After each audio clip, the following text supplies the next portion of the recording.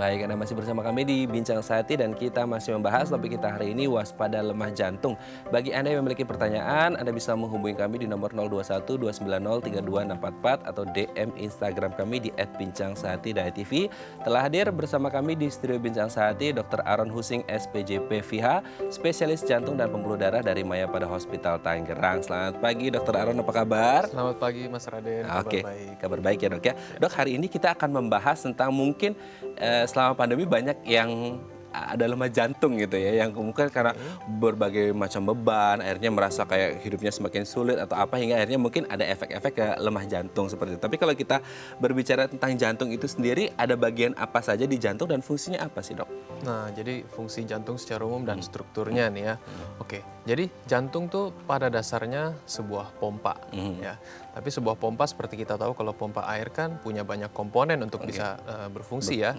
Jadi dia bentuknya boleh dianggap seperti sebuah kantong ya, kayak sebuah balon, tapi dia terdiri dari otot. Nah, dia akan mengembang dan mengempis, mompain isinya keluar. Nah, itu fungsi utama jantung. Tapi untuk bisa, dia kan di dalam ada berbagai ruang, nggak cuma satu ya. Ada jantung kiri, ada jantung kanan, ada serambi, ada bilik. Itu semua dibatasi antara sekat dan ada katup yang membuka tutup. Supaya aliran darah dari satu tempat ke tempat lain, kemudian ke seluruh badan, itu nggak balik atau bocor ke ruang sebelahnya. Gitu. Seperti kalau ada pompa air, anggaplah ada arsitektur dalamnya, kalau ada bocor di dalamnya kan. Nah, jadi fungsi pompanya terganggu, jadi strukturnya harus intak. Jadi dia ada otot, ada sekat dan katup, nah ada satu lagi. Nah dia itu kan bergerak sendiri. Ya, Mas Raden kan nggak nyuruh jantungnya Bergerak. tolong berdegup, saya mau 100 kali gitu, saya mau 70 bisa kali, ya? nggak bisa. Dia setiap kali ototnya itu bergerak, dia ada listrik dan listriknya itu dia punya motor sendiri di dalam. Jadi dia ada 3 komponen, otot, sekat, terus sirkuit listrik, dan terakhir yang nggak kalah penting dan selalu paling ditakutin orang adalah yang ngasih makan si ototnya nih biar bisa hidup. Yang paling terkenal namanya pembuluh darah koroner. Nah selalu dengar jantung koroner, jantung koroner. Nah itu dia. Ini mungkin secara umum ya, 4 ini yang paling penting. Yang mungkin sering kita dengar itu gara-gara koroner tadi itu ya, si jantung koronernya penyebabnya gitu. Tapi kalau kita ke topik kita hari ini, lemah jantung. Kalau tadi kan sudah dijelaskan tentang bagian-bagian jantung dan fungsinya. Kalau lemah jantung itu apa dok? Oke, jadi lemah jantung adalah suatu kondisi dari jantung yang menyebabkan dia nggak bisa memompa darah untuk mencukupi kebutuhan kita beraktivitas sehari-hari dengan baik. Prinsipnya itu dulu. Nah, jadi kalau misalnya dalam 1 menit dia harus bisa mompain 5 liter, ini dia tidak sanggup memenuhi itu. Atau dia memenuhi itu dengan kapasitas kerja yang nggak normal. Nah, lemah jantung itu bisa dibagi menjadi 3 atau gagal jantung ya kalau istilah medisnya bahasa Indonesia. Dibagi menjadi secara umum 2 lah ya untuk mempermudah ya. 1, orang dengan gagal jantung yang ototnya memang sudah lemah. Nah itu lemah jantung dengan kelemahan kekuatan pompa. Tapi ada orang yang lemah jantung yang pompanya tidak lemah. Nah, pompanya masih kuat-kuat aja. Kuat. Tetapi dia tidak bisa terisi dengan baik. Nah maksudnya gini nih, kita ada pompa air, mau semprot air ke depan. Kan harus ada air yang masuk dari belakang gitu. Nah kalau yang pompa lemah, nah air bisa masuk ke dalam jantungnya, nggak bisa dipompa ke depan. Udah nggak bagus pompanya.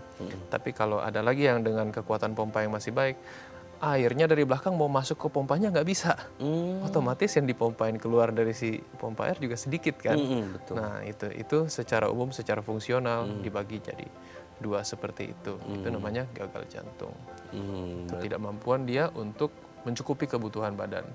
Nah, ntar ada level-levelnya tuh. Dia nggak mampu mencukupi kebutuhan badan pada level mana. Ada yang kalau udah aktivitas sangat tinggi, baru dia nggak sanggup, baru berasa sesek. Makanya sering yang lemah jantung ketika aktivitas berat mereka rasa sesek gitu ya dok ya? Betul, betul. Tapi ada yang kalau udah berat, lagi aktivitas minimal pun, baru pakai baju, atau bahkan lagi istirahat, udah sesek. Nah, jadi ada level-levelnya. Severity ya, derajat beratnya. Tingkat keparahannya gitu ya. Betul. Yang sesak kalau dia gara-gara masalah jantung dengan asma beda ya dok ya? Oh beda. Beda ya? Beda. Orang pasti bisa membedakan nggak itu gejalanya? Kalau orang awam ya, tidak selalu. Tetapi mungkin ada satu petunjuk yang bisa dipakai ya. Walaupun nggak 100% mutlak. Kalau orang asma, itu gangguan dia adalah saat dia buang nafas. Dia tarik nafas bisa, dia mau buang, saluran napasnya ngunci. Akibatnya kayak kita siul bunyi. Ngik, Oh. Itu asma gitu. Kalau orang gagal jantung tuh enggak. Biasanya orang gagal jantung itu karena dia pompa ke depannya nggak bagus ya, atau karena dia tidak bisa menampung darah air yang mau masuk ke dia nggak bisa. Akibatnya darahnya akan numpuk ke belakangnya, ke paru-paru. Nah, saat paru-parunya penuh air, dia tarik napasnya nggak nyampe. Karena saat tarik napas kan dada harus kembang gitu, baru bisa diisi udara. Kalau ruang yang harus diisi udara itu malah penuh air, ngembangnya berat. Aduh, nggak nyampe gitu. Terus darah yang masuk juga bukannya ketemu udara yang masuk, udara yang masuk, oksigennya bukannya langsung ketemu darah, malah ketemu air. Ketemu air, jadi oksigennya nggak nyampe ke badan kita gitu. Itu yang bikin sesak. Nah, jadi beda nih kalau si asma kan dia mengi, tapi kalau si orang yang karena jantung biasanya dia nggak mengi. Tetapi kadang-kadang ada beberapa jenis gagal jantung yang akut, tiba-tiba dan mendadak bisa muncul dalam bentuk seperti yang mengi juga. Oke, berarti kan tadi ada sirkulasi yang tidak lancar gitu ya dok ya, sehingga akhirnya menyebabkan gagal jantung atau lemah jantung. Nah sebenarnya penyebab akhirnya ada sirkulasi yang tidak lancar itu apa aja dok? Jadi kenapa nih bisa jantung tadinya sehat, kenapa bisa gagal? Nah seperti yang saya bilang tadi kan ada berbagai struktur ya dalam jantung ya. Nah sayangnya yang namanya gagal jantung ini kan artinya jantung udah nggak bisa bekerja dengan baik. Jadi faktor manapun yang rusak dari keempat ini, ototnya, pembuluh darahnya, katupnya, listriknya bisa pada akhirnya bikin gagal jantung nantinya gitu. Tetapi yang paling umum dan paling mudah adalah saat dia ototnya sudah mulai melemah. Seperti itu, saat otot jantungnya saat ototnya tidak bisa lagi sekali mompa, biasanya cuma bisa ngasih mungkin 60 cc. Jantungnya udah lemah, sekali mompa cuma bisa 30 cc. Nah, gitu. Oke. Nah, penyebabnya kalau yang paling sering kan paling terkenal kan jantung koroner, ya. Nah, jantung koroner ini contohnya saat pembuluh darah koroner yang harusnya ngasih makan si otot jantung mulai tersumbat, ya, entah perlahan-lahan atau mendadak karena serangan jantung, ya, itu si otot nggak bisa mompa, gitu, ya, dia otomatis menurun kekuatan pompanya. Itu satu yang paling umum. Nomor dua yang tidak kalah sering, malah salah satu yang paling sering juga adalah darah tinggi. Ya. Ini otot jantung saat dia mompa ke depan dia ngelawan beban dong, ada tekanan dari depannya. Nah, dia kan biasa lawan tekanan normal nih tiap hari 120/80. Seseorang yang ada darah tinggi itu tekanan darahnya mungkin di atas 140, 150, 160. Itu si otot kayak tiap hari disuruh angkat barbel. Nah, ya.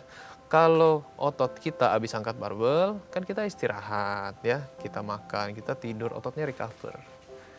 Tapi orang darah tinggi kan dia suruh angkat barbel, ini orang darah tinggi gak ada gejala nih, tidak minum obat ya, tensinya terus-terus 160, 180, angkat barbel tanpa henti. Yang terjadi adalah ototnya awal-awalnya mungkin beradaptasi menebal nih, tapi lama-lama dia shock juga, rusak dan lemah. Akhirnya jadi jantungnya jadi bengkak, jadi melar dan kekuatan pompanya turun. Nah itu dua. Yang ketiga adalah otot jantungnya dari sananya memang sudah lemah. Entah karena kena infeksi virus, atau tanpa penyebab, atau yang sering juga karena keturunan. Dari sananya memang nanti di usia tertentu dia turun kekuatan pompanya. Nah, genetik. Genetik ya. Yang tiga ini yang paling kerap. Yang paling kerap terjadi ya penyebabnya ya. Oke dok, sebelum kita lanjut ini sudah ada pertanyaan dari live Instagram kita dari @opa_290860. Katanya apa itu kardiomegali dan mungkin gejala-gejalanya mungkin ya, atau apa penyebabnya seperti itu. Ada hubungannya dengan paru-paru atau sebenarnya sama jantung gitu dok? Nah, jadi istilah kardiomegali ya. Kardio artinya jantung, megali artinya raksasa, ya, atau gede lah. Gede. Jadi dibilang kardiomegali artinya jantung besar. Oh, jantung membesar mungkin ya, jantung besar. Membesar. Nah, seperti itu. Oke, penyebabnya apa biasanya itu dok? Nah, masalahnya kan jantung membesar ini dilihatnya dari mana nih? Dari foto ronsen kah? Dari USG jantung kah? Nah, gitu. Jadi jantung punya ada jantung kiri, ada jantung kanan, ada otot, ada ruang. Saat dibilang kardiomegali, oh mungkin di foto kelihatan gede, tapi kita nggak tahu jantungnya melar atau ototnya yang menebal tapi dia nggak melar, itu sama-sama sebutnya kardiomegali kalau secara kasar gitu. Jadi kardiomegali itu cuman deskripsi temuan. Kalau mau ditanya kenapa jantung bisa membesar, yang saya bilang tadi, lemah jantung bisa bikin jantung melar dan membesar. Darah tinggi berkepanjangan yang bikin otot jantung tebal juga dilihat dari luar dari foto akan sama gede juga, tebal jantungnya. Nah, jangan salah, penyakit paru yang menahun dan kronis akan juga bikin jantung membesar, tapi jantung sebelah kanan. Nah, seperti itu. Oke, berarti ada hubungannya dengan paru ya, Dok? Kalau tadi pertanyaannya Bisa, salah satu. Jadi salah satu temuan dari ini kardiomegali jantung gede nih. Tergantung kardiomegali yang mana. Kardiomegali karena penyakit paru, bisa juga. Penyakit paru karena darah tinggi, penyakit paru karena jantung koroner atau lemah jantung, bisa juga. yang harus dilakukan berarti harus cek dulu itu memang Nah. jantungnya membesar atau ototnya yang tadi ya. Betul, begitu tahu, oh ini jantungnya kardiomegali nih, tahu dulu nih masalahnya. Kenapa dia? Biasanya kita USG, ekokardiografi, baru tahu, oh jantung yang gede itu sebelah mana, kiri, kanan, ataukah ototnya, pompanya masih bagus atau enggak, kan langsung beda tuh treatmentnya, pompa bagus dengan pompa enggak. Biasanya kalau paru ke jantung sebelah kanan gitu ya, Dok? Sebelah kanan. Oh, Karena kalau mungkin masih ingat ya di SMA ya, jantung kanan pompa darah ke paru-paru, seperti itu. Kalau paru-parunya nggak bagus, jantung kanannya capek ngasih ke paru-parunya. Oke, semoga ini bisa menjawab pertanyaan dari pemirsa kita @opa_290860 ya, dan semoga jantungnya dan paru-parunya tetap baik-baik saja dan sehat-sehat selalu, Dok ya. Oke. Bagi pemirsa yang memiliki pertanyaan, Anda bisa menghubungi kami di nomor 0212903264 atau DM Instagram kami di @bincangsehati.tv. Kami akan segera kembali.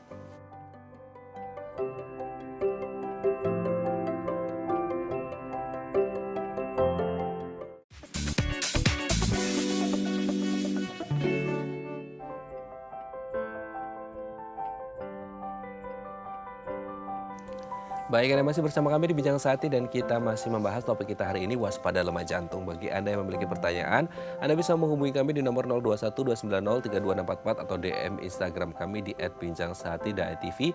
Masih bersama dengan Dr. Aaron Husing SPJP FIHA, spesialis jantung dan pembuluh darah dari Mayapada Hospital Tangerang. Dok, kita kembali lagi.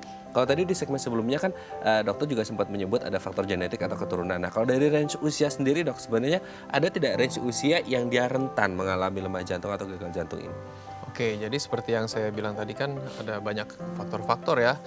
Kalau yang kita ngomong faktor genetik ini nggak bisa ditebak. Biasanya dia akan muncul di usia yang muda-muda pun bisa muncul. Ada yang usia belasan tahun, ada yang usia 30 tahun. Nah, seperti itu. Tetapi kan kalau kita ngomongin lemah jantung secara keseluruhan kan berarti ada yang faktor darah tinggi, ya, ada yang faktor karena jantung koroner. Otomatis semua faktor-faktor dalam kehidupan ya, entah itu faktor risiko ya namanya ya, yang bisa menyebabkan gagal jantung koroner dan darah tinggi, itu makin banyak akan lebih tinggi kemungkinan seseorang untuk mengalami lemah jantung dan otomatis akan meningkat seiring usia. Nah, data terakhir sih kalau dibilang rata yang penyakit orang yang menderita gagal jantung kalau di negara barat itu sekitar 60 tahun lebih, tetapi kalau di Indonesia sedikit lebih cepat, 58 tahun. Salah satu alasannya Indonesia itu sebagai negara berkembang itu masih banyak yang mengalami penyakit jantung katup reumatik. Ya. Nah, penyakit jantung tentu ini sebenarnya suatu penyakit entitas yang berbeda tersendiri, tetapi dia memberikan gejala dan kadang-kadang juga bisa bikin lemah otot jantung seperti halnya gagal jantung. Jadi tergantung dari yang meneliti nih, yang ngitung itu dimasukin atau enggak, tapi seringkali dimasukin dan dianggap sebagai bagian dari gagal jantung juga. Jadi kalau kita mau ambil range mungkin di atas 50 tahunan tuh mulai lebih tinggi Mulai 50 tahun risikonya. sudah harus lampu kuning gitu ya. Tetapi jangan salah, dengan perubahan pola hidup dan ekspektasi kehidupan Bisa jadi lebih cepat. Iya, milenial, pasien saya yang muda usia 33, usia 35, padahal bukan penyakit jantung keturunan. Oh. Heeh. Keturunan memang ada risiko bibit gitu ya, tapi ini nggak ada sama Ini nggak ada. Jadi dia kebetulan stressful lifestyle, demand pekerjaan, akhirnya bangun tidur kerja di keluarga pun stres. Nah, stressful itu, nah ini jadi nyambung sama yang tadi ya psikologi ya. Stressful lifestyle bikin hormonal imbalance ya, kalau mau dibilang kortisolnya naik. Akhirnya dia mungkin lama dalam keadaan darah tinggi, lama-lama gulanya pelan-pelan naik jadi kencing manis. Dia nggak sadar, dia nggak tahu karena ada deadline. Saya nggak enak mikirin deadline aja, tiap hari mikirin deadline. Terus sampai suatu saat mulai aktivitas fisik, mulai olahraga, kok saya udah cepet banget capeknya ya dibanding biasanya ya. Terus kaki saya mulai bengkak ya. Nah, begitu. Ternyata dia kena gagal jantung. Itu dicek, wah ternyata di bawah basement tuh udah banyak busuknya. Ini gagal jantungnya baru muncul kelihatan gejala terakhirnya. Padahal di bawahnya sudah banyak. Oh, yang PR-nya udah banyak yang harus di-fix gitu. Oke, Dok. Sebelum kita lanjut, ini sudah ada penelpon, Dok. Kita sapa terlebih dahulu. Halo, selamat pagi. Dengan siapa di mana? Pagi, dengan Devi di Jakarta. Iya, silakan Mbak Devi. Ya, saya mau tanya, telapak tangan saya itu kan sering keringetan, Dok. Kalau kata orang sih itu tanda-tanda masalah di jantung gitu ya. Itu benar nggak sih, Dok? Karena saya juga jadinya takut gitu. Oh iya, ini juga saya sering dengar nih, Dok. Katanya kalau telapak tangannya mudah keringetan, ada masalah sama jantung gitu. Mungkin ada yang ditanyakan atau sudah jelas ini permasalahannya Mbak Mungkin Devi? ada gejala lain barangkali selain dari tangan berkeringat itu, apakah disertai oleh gejala-gejala lain, mungkin berdebar, mudah lelah. Kalau jalan terlalu jauh atau terlalu lama gitu sih, Dok, kadang suka sesak nafas kayak gitu. Oke. Oke, sudah jelas, Dok? Ya, Sudah cukup jelas. Baik, terima kasih Mbak Kita Devi di bisa- Jakarta. Kita akan coba jawab. Ini juga saya sering baca artikel atau sering orang ngomong, kalau telapak tangannya sering keringetan, masalah sama jantung nih gitu. Biasanya orang gitu. Itu sebenarnya mitos atau fakta sebenarnya nih, Dok? Nah, jadi ini sebenarnya antara benar dan tidak benar. Antara benar dan tidak benar. Oke. Gitu ya. Iya. Oke, jadi tangan berkeringat itu kan biasanya muncul karena kalau kita mau bilang sistem saraf simpatis ya. Oh, badan dalam kondisi tegang atau adrenalin ya, hormon adrenalin lagi naik. Nah, memang betul pada orang yang dengan kondisi gagal jantung ya. Nah, seperti saya bilang tadi, anggaplah gagal jantung biasa dia sekali pompa bisa keluar 50-60 cc ya. Tapi karena dia jantungnya udah nggak kuat, dia sekali pompa cuma bisa 30 cc. Akibatnya apa? Dalam 1 menit si jantungnya dipaksa bekerja lebih, mungkin 100 kali. Ya, kalau orang normal mungkin lagi duduk-duduk istirahat jantungnya cuma 70 kali per menit. Nah, yang nyuruh dia kerja lebih cepat itu adalah adrenalin. Ya, jadi di saat jantung mulai lemah, di badan kita tuh udah punya autoregulasinya sendiri tuh sistemnya. Aduh, gue kurang nih, naikin dong jantung kerja lebih. Saat dia rilis adrenalin, jantung kerja lebih cepat. Oke, tercapai tuh per menit berapa cc yang diperlukan tubuh. Tapi si adrenalin itu ya ada side effect-nya, bikin tangan jadi keringetan. Nah, tapi kan orang adrenalin kan muncul bukan cuma karena gagal jantung. Lagi berantem sama pacar, lagi pikirin kerjaan, Stres juga bisa ya? stres, iya, adrenalin muncul, keringetan. Lagi mau presentasi misalnya, keringetan tangan. Nah, jadi terlalu Bisa banyak. iya, bisa tidak ya? Bisa iya, bisa tidak. Kalau dibilang tadi, oh ada ini terus gampang capek, mudah lelah. Nah, itu bisa menjadi Ada salah tendensi ke satu situ ya? tendensi yang mungkin bisa diperiksa karena gejala gagal jantung sendiri ada satu spektrum ya, bukan cuma ada satu hal ini terus gagal jantung, bukan satu hal ini, dia harus jadi gabungan beberapa keluhan baru ini kira-kira lebih mungkin ke gagal jantung atau bukan. Oke. Semoga ini bisa menjawab pertanyaan dari Mbak Devi yang ada di Jakarta ya, Dok. Ya, tapi kalau kita berbicara tentang penanganan yang harus dilakukan apa, Dok? Semisal kan kita tahu ada orang yang katanya ketika lemah jantung itu mudah pingsan gitu kan, sering pingsan, sesak napas. Itu sama dengan mungkin serangan jantung atau gimana sih, Dok? Hingga akhirnya mereka kok bisa blek gitu. Nah, jadi kalau kita bilang serangan jantung ya, yang sampai sekarang kita definisikan sebagai serangan jantung adalah si pembuluh jantung koroner tersumbat secara tiba-tiba ya, secara mendadak, terus ototnya nggak mampu. Nah, utamanya kan nyeri dada tuh, tapi kadang-kadang dia bisa menimbulkan gangguan irama. Seperti yang saya bilang tadi, si jantung kan ada sirkuit listrik ya yang mengontrol sendiri. Saat otot jantungnya rusak, tiba-tiba iramanya boleh dibilang koslet, dia berhenti jantung dan akhirnya orang ya pingsan atau bahkan mungkin gak bangun lagi. Itu salah satunya. Nah, gagal jantung jangan salah, bisa juga punya resiko seperti itu kalau tidak ditangani dengan baik dan gak diobati dengan baik, terutama kalau jantungnya sudah terlalu melar. Yang saya bilang tadi, jantung punya sirkuit listrik ya. Kalau pada suatu kondisi di mana misalnya jantungnya melarnya sudah terlalu besar ya, ini ada penelitiannya, makin besar jantung, makin besar resiko dia untuk namanya sudden cardiac death. Gitu. Sudden cardiac death gimana itu yang dimaksud? Istilahnya sirkuit listriknya udah terlalu stretch, jadi gampang sekali jadi koslet. Sekali dia koslet, iramanya nggak beraturan. Harus di reset, pompa, disetrum biar reset balik jadi nol, baru dia pompa lagi. Misalnya gitu. Jadi ya pingsannya bisa jadi salah satunya sebabnya karena itu, dan itu sangat-sangat fatal. Apakah kemudian lemah jantung ini juga bisa menyebabkan komplikasi penyakit yang lain? Karena kita kan tahu jantung menjadi salah satu pusat kita gitu, Dok. Betul. Bisa banget, bisa banget. Jadi jantung tuh teman paling dekatnya tuh ginjal. Walaupun daerahnya jauh, tapi kerjanya paling karib dekatan. ya? Karib. Kenapa? Jantung kerjanya mompa air, betul kan? Mompa darah ya. Darahnya nyampe ke ginjal. Ginjal kan saring, terus keluar dalam bentuk urin gitu. Nah, setiap hari yang masuk dan yang keluar harus imbang tuh. Nah, apa yang terjadi kalau jantung mulai lemah nih? Yang nyampe ke ginjal dikit, otomatis yang keluar dikit kan? Gitu yang terjadi. Si ginjal kurang dapat suplai darah, dia kurang bisa keluarin dengan baik, akibatnya cairannya numpuk di badan. Cairannya numpuk di badan, awal-awalnya sesek, terus makin lama dibiarin, perutnya mulai begah, cairannya mulai ngumpul di perut, mulai ngumpul di kaki ya. Nah, itu, dan seiring si ginjalnya juga tidak dapat suplai, selain dia nggak bisa ngebuang dengan baik, dia juga akan makin lama pelan-pelan rusak, pelan-pelan rusak, pelan-pelan rusak. Jadi jahat nih antara si ini, jantung dan ginjal. Ada namanya cardiorenal syndrome, yaitu jantung dan ginjal. Renal itu ginjal, kardio itu jantung, cardiorenal syndrome. Suatu kondisi di mana kerusakan jantung bisa bikin ginjal, kerusakan ginjal bisa bikin jantung. Nah, itu salah satu ginjal nih ya. Terus gagal jantung yang lain nih salah satunya.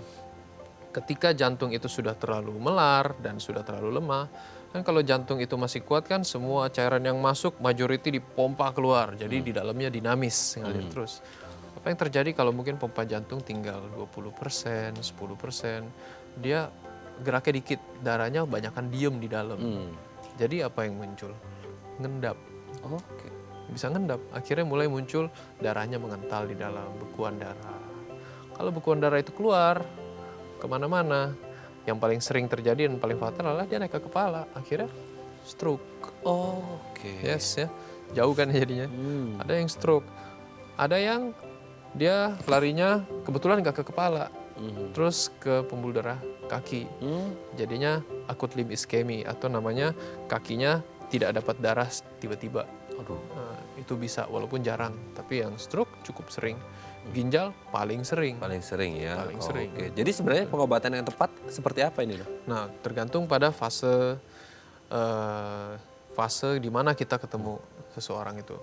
Kalau misalnya gagal jantung itu kan ada yang mendadak ya, misalnya karena habis serangan jantung nih, tiba-tiba jantungnya lemah ya. Penyebabnya langsung diatasin ya, secepat mungkin dilakukan tindakan kateterisasi, pemasangan ring, flow alirannya ke otot jantungnya dengan cepat di restore dalam waktu dekat. Oh, si otot jantungnya bisa balik sehingga dia nggak jadi sampai jatuh ke dalam gagal jantung gitu.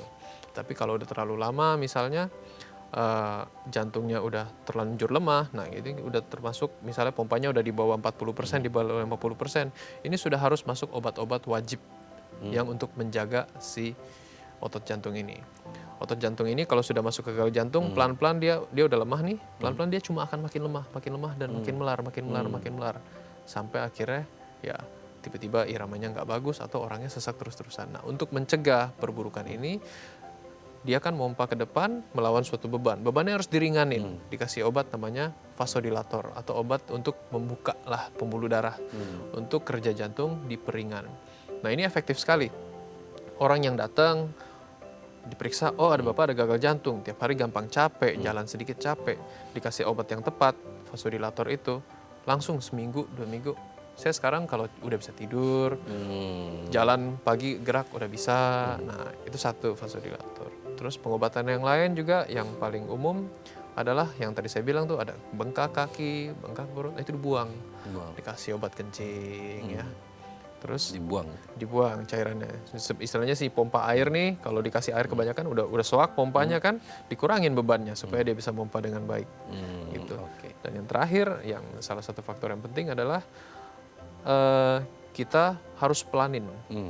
Ya, kalau orang gagal jantung cenderung cepat terus. Jantungnya. Nah, kebayang nggak kalau ini si pompa nih yang sifatnya kembang kempis, disuruh kembang kempis dalam fase yang terlalu cepat. Akibatnya setiap kali dia pompa kan nggak efektif kan.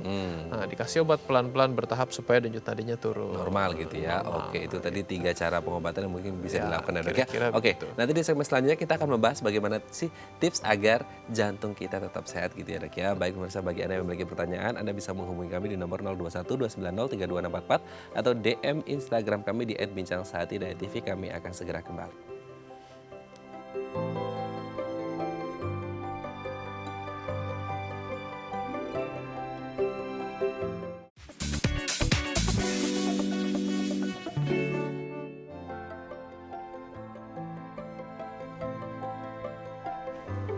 Baik, Anda masih bersama kami di Bincang Sehati dan kita masih membahas topik kita hari ini, waspada lemah jantung, bersama dengan Dr. Aaron Husing, SPJP VH, spesialis jantung dan pembuluh darah dari Mayapada Hospital Tangerang. Dok, di segmen terakhir kita akan membahas beberapa tips yang bisa kita lakukan agar jantung kita sehat gitu ya dok ya. Kita lihat yang pertama, konsumsi makanan sehat. Betul. Betul, bisa ya dok ya untuk kemudian Penting makan banget. makanan banget malahan banget, ya. Banget banget ya, apalagi sekarang orang zaman junk food segala macam itu nggak bagus gitu ya dok ya. Betul. Oke, selanjutnya rutin olahraga. Wajib. Wajib ya, apalagi di masa pandemi ini masih aman lah ya. Ya, masih aman asal dilakukan dengan protokol kesehatan yang benar ya. Kalau ragu-ragu dengan olahraga bersama atau di luar, ya olahraga di rumah pun tidak apa-apa. Seminggu idealnya ada berapa menit gitu nggak sih dok? Ada Nah, aturan? dari Asosiasi Jantung tuh ada peraturannya.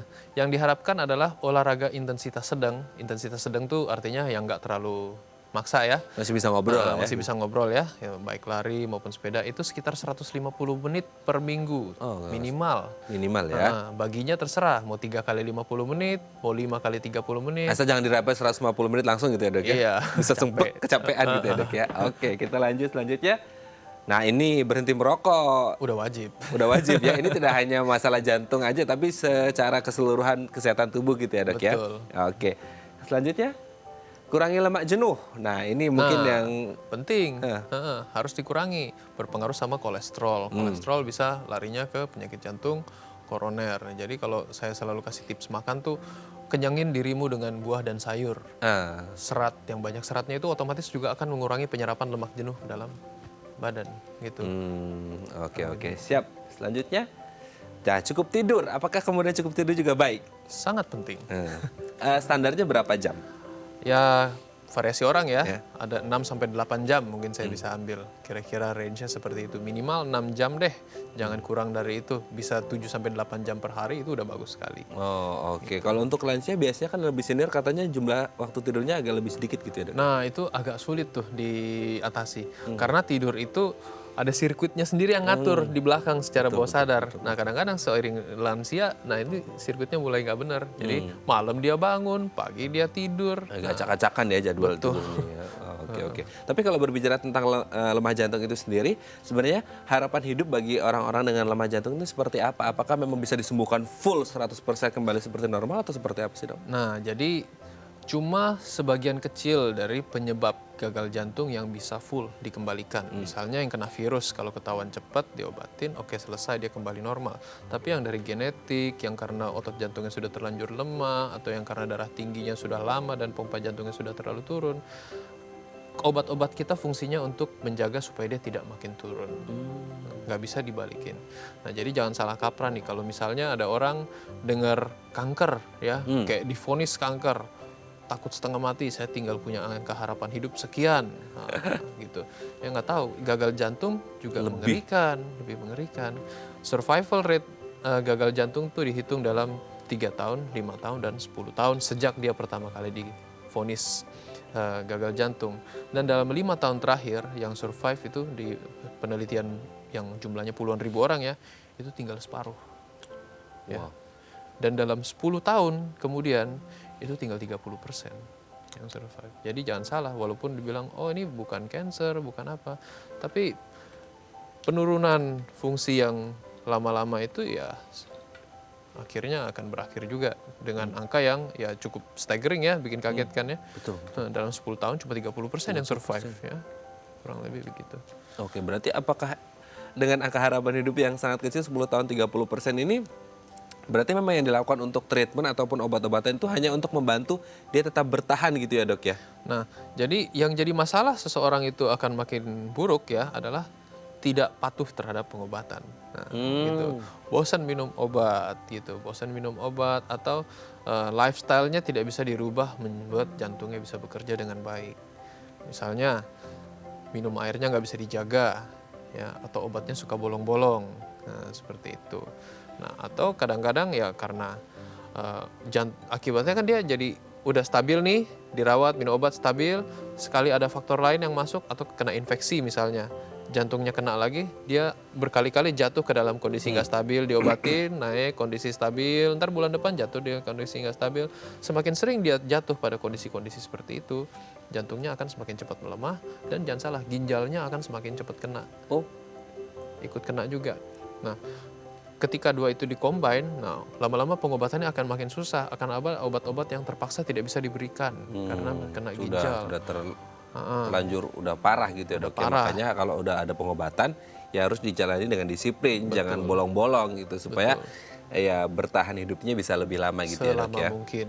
Oke, baik, terima kasih Dokter Aaron Sama-sama. sudah berbagi bersama kami di Bincang Sehati pada pagi hari ini. Semoga kita doakan kita sehat-sehat terus, apalagi di masa pandemi ini juga kita sehat-sehat terus dan semoga pandemi ini segera usai gitu ya dok ya.